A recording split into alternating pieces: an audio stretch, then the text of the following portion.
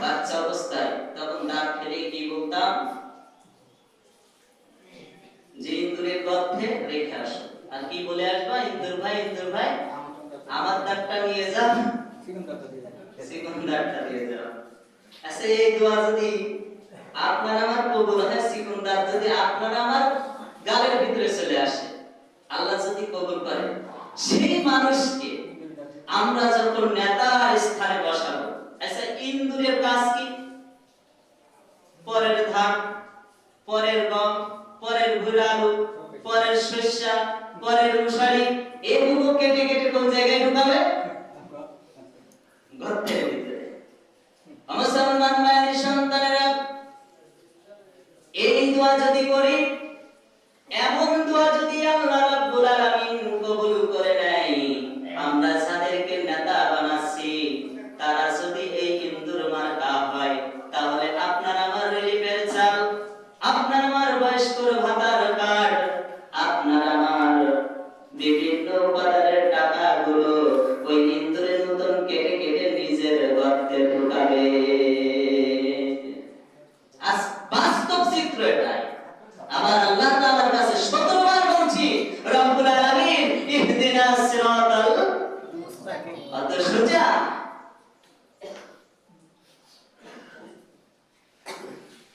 আল্লাহ তাআলা জানায়া দিলেন, ও গোটা পৃথিবীর মানুষ, তোমাদের জন্য আমি আল্লাহ তাআলা একটা কথা জানিয়ে দিলাম, যদি সমস্ত পাপাচার, অন্যের হক মারা থেকে, বিরাত থেকে নিজেকে নিবেদিত করতে পারো, আর আমি আল্লাহ আমার কাছে যদি চাইতে পারো, তাহলে আমি আল্লাহ তোমাদের জন্য আরেকটা সহজ উপায় জানিয়ে দিলাম।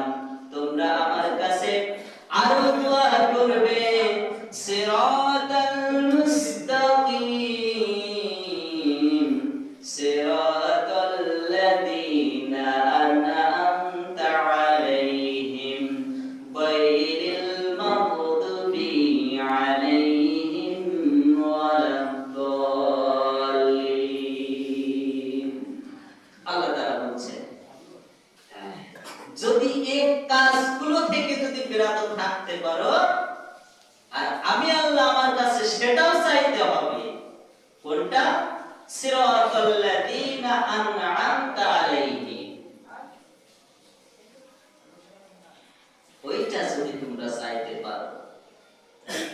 আল্লাহর কাছে নামাজের ভিতরে বলছি, রব্বুল আলামিন আমাদের প্রতি তোমার দরদ, তোমার আদর, তোমার ভালোবাসা, তোমার মহব্বত আমাদের প্রতি দান করো, যেমন দান করেছিলে আমাদের পূর্ববর্তী ঈমানদার মুত্তাকিন মুসলমানদের উপরে। আবার আল্লাহ রাব্বুল আলামিন বলছেন, সেই বান্দাগুলোকে আল্লাহ তাআলা পরবর্তী অংশে সতর্ক করে তিনি বলছেন, গায়রিল মাগদুবি আলাইহিম ওয়ালাদ-দাল্লিন। পরবর্তী অংশে আল্লাহ তাআলার কাছে আমরা আবার বলছি, হায় আল্লাহ তাআলা, তাদের পথে আমাদেরকে চালিও না যারা অভিশপ্ত, যারা গজবপ্রাপ্ত, তাদের লেজ ধরে আজ আমরা চলছি। আর আল্লাহ তাআলার কাছে বলছি, রব্বুল আলামিন আমাদেরকে ওদের পথে চালিও না। কি ভ্রান্ত পথ? যাদেরকে আমরা ওই জায়গায় পাঠিয়ে দিয়েছি, যাদের দেখে আমাদের চরিত্রটা গঠন করব, যাদেরকে দেখে আমাদের মনটাকে ভালো করব, যাদের দেখে নিজেকে নিষ্ঠাবান বানাতে পারবো, সেই লোকেরা যখন আপনার চাল, আপনার ডাল, আপনার বয়স্ক ভাতা এগুলো কেটে কেটে নিয়ে ব্রিজ পর্যন্ত খেয়ে ফেলে আসে, তাদের পথে আপনি চলছেন। আর আল্লাহ তাআলা বলছেন কি, গায়রিল মাগদুবি আলাইহিম ওয়ালাদ-দাল্লিন, আল্লাহ তাআলা ওই অভিশপ্ত পথে আমাদেরকে চালিও না। অথচ চলছেন কি? প্রকাশ্যে আপনি চলছেন, তাদেরকেই সাপোর্ট করছেন। মৃত্যুর পরে কি হবে একবারও কি ভেবেছেন?